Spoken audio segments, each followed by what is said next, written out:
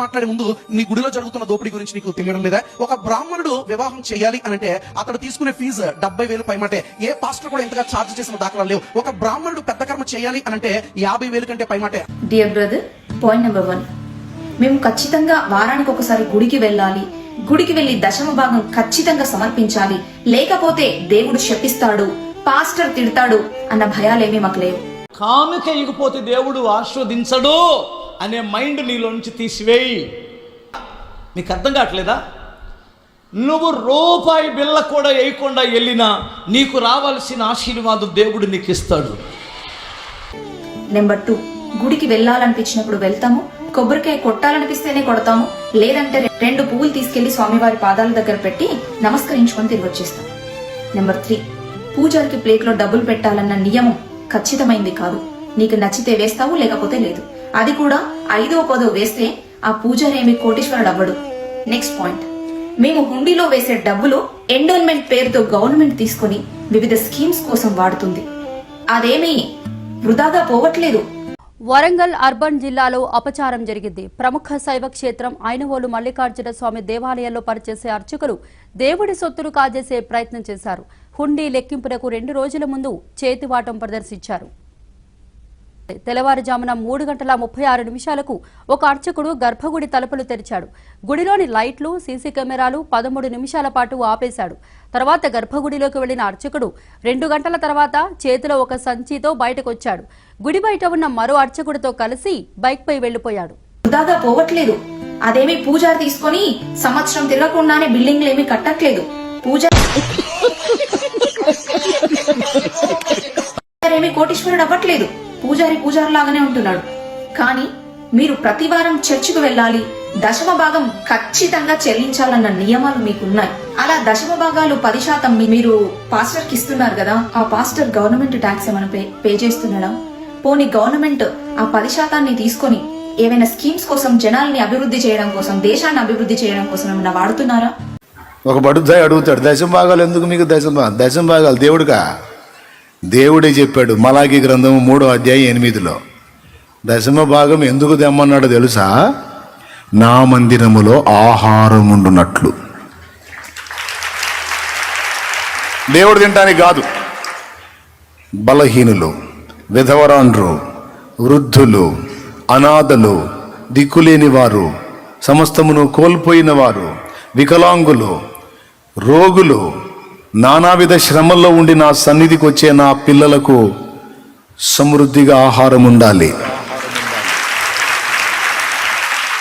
అది కారణం.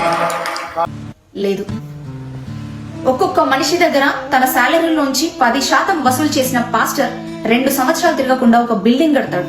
కానీ దేవుణ్ణి నమ్ముకుంటే మంచి జరుగుతుంది, స్వస్థతలు జరుగుతాయి, స్వర్గానికి వెళ్తారు అని మాయమాటలు చెప్పిన పాస్టర్లు కోటీశ్వర్లు అవుతున్నారే కానీ పాపం అమాయకులైన ప్రజలు దేవుణ్ణి నమ్ముకుని మీకు 10% చెల్లిస్తూ వాళ్ళ రక్తాన్ని మీకు ఇస్తున్నారు. క్రీస్తు ప్రజలు ఎక్కడున్నా ప్రేమను మాటలతో కాకుండా క్రియలతో చూపించేవారే నిజమైన క్రైస్తవులు. ప్రపంచవ్యాప్తంగా దేవుని పిల్లలు ఉన్నారు, వాళ్ళంతా పనులు చేస్తున్నారు.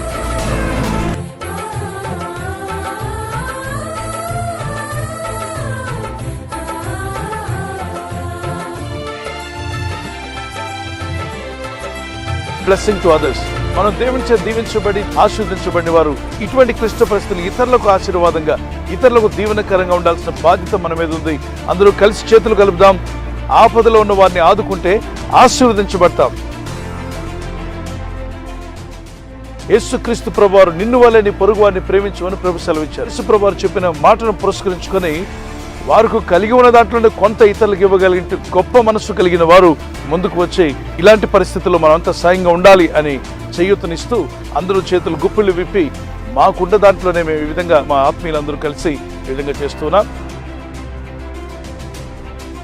మీరెవరైనా పెద్ద మనసుతో సహకరిస్తాను, 1000 మందికో, 2000 మందికో, 3000 మందికో ఆహారం లేక బాధపడే వారికి అందిద్దామనే మనసు మీకుంటే పేదలైన ప్రజలకు అందించాలనుకున్నా, ప్రజలకు సాయం చేసే విషయంలో, సేవకులకు సాయం చేసే విషయంలో మా చేతులను బలపరచడానికి ఎవరైనా ముందుకు రావాలన్న మనసు మీకుంటే, ప్రేరేపణ కలిగితే స్క్రీన్ మీద కనిపిస్తున్నటువంటి QR కోడ్ని మీరు స్కాన్ చేసుకోవచ్చు. మీరు కూడా ఈ PJSFL ఫౌండేషన్ పరిచర్యలో సంతోషంగా పాల్గొనవచ్చు. It's a God given opportunity to serve humanity. ఇతరులకు సేవ చేసే అవకాశం దేవుడు మనకి ఇచ్చాడు. ఈ విధంగా ఆపదలో ఉన్న వారిని ఆదుకున్న ప్రతి ఒక్కరూ దేవుని ఆశీర్వాదాలు పొందుకునే రోజు వచ్చునుగాక. Amen. God bless you. God bless you all of you. కానీ ఏ దేవుడు వాళ్ళని గొప్పగా తీర్చిదిద్దడం లేదే? పేదవాళ్ళు పేదవాళ్ళుగానే ఎందుకు ఉండిపోతున్నారు? అడుగు తినవాడు ఇంకా ఎందుకు అడుగు తింటున్నాడు? కానీ ఏ దేవుడు వాళ్ళని గొప్పగా తీర్చిదిద్దడం లేదే? పేదవాళ్ళు పేదవాళ్ళుగానే ఎందుకు ఉండిపోతున్నారు? అడుగు తినవాడు ఇంకా ఎందుకు అడుగు తింటున్నాడు? కర్మకాండాలకి పెళ్లిళ్ళకి 70,000 50,000 వసూలు చేస్తున్నారు. ఎక్కడ చూసినావన్నా నువ్వు? మామూలుగా మన ఇంట్లో కార్యక్రమం జరిగినప్పుడు ఇంట్లో ఏ పూజో వ్రతమో సత్యనారాయణ స్వామి వారికి సంబంధించినటువంటి నోములో లేకపోతే పెళ్లిళ్ళలో పేరంటాలో ఇంట్లో జరిగినప్పుడు ఏం చేస్తామయ్యా అంటే, కార్యక్రమం అంతా పూర్తయిపోయాక పంతులు గారిని అంటాం, గురుగారు ఇప్పుడు హడావిడిలో ఉన్నాం కదా, డబ్బులు తర్వాత తీసుకోండి, రేపు రండి అంటాం కదా. యథార్థానికి అలా అనకూడదట. మనకి దేవీ భాగవతం చెప్తుంది. పూజ పూర్తయిన వెంటనే సంభావన కనుక గురువు గారికి ఇచ్చేయకపోతే, పంతులు గారికి ఇవ్వకపోతే అది రెట్టింపు అయిపోతూ ఉంటుంది. సాయంత్రం తీసుకోండి అన్నారు అనుకోండి, ఇప్పుడు 10,000 ఇవ్వాల్సింది సాయంత్రం తీసుకోండి అంటే 20,000 ఇవ్వాల్సి వస్తుందట. రేపు తీసుకోండి అంటే 20,40 అయిపోతుంది. అలా పెరిగిపోతూ ఉంటుంది ఇవ్వాల్సినటువంటి మొత్తం. కాబట్టి శాస్త్ర ప్రకారం ఇటువంటి దోషం లేకుండా ఉండాలంటే కార్యక్రమం పూర్తయిపోయిన మరుక్షణమే తాంబూలంతో పాటుగా ఆయనకి దక్షిణ ఇచ్చేసేయాలి తప్ప ఎప్పుడూ కూడా ఆలస్యం చెయ్యకూడదు అని మనకి పురాణం చెప్తూ ఉంటుంది. అలా చేస్తే పూజారిగా మిగిలిపోడేమో.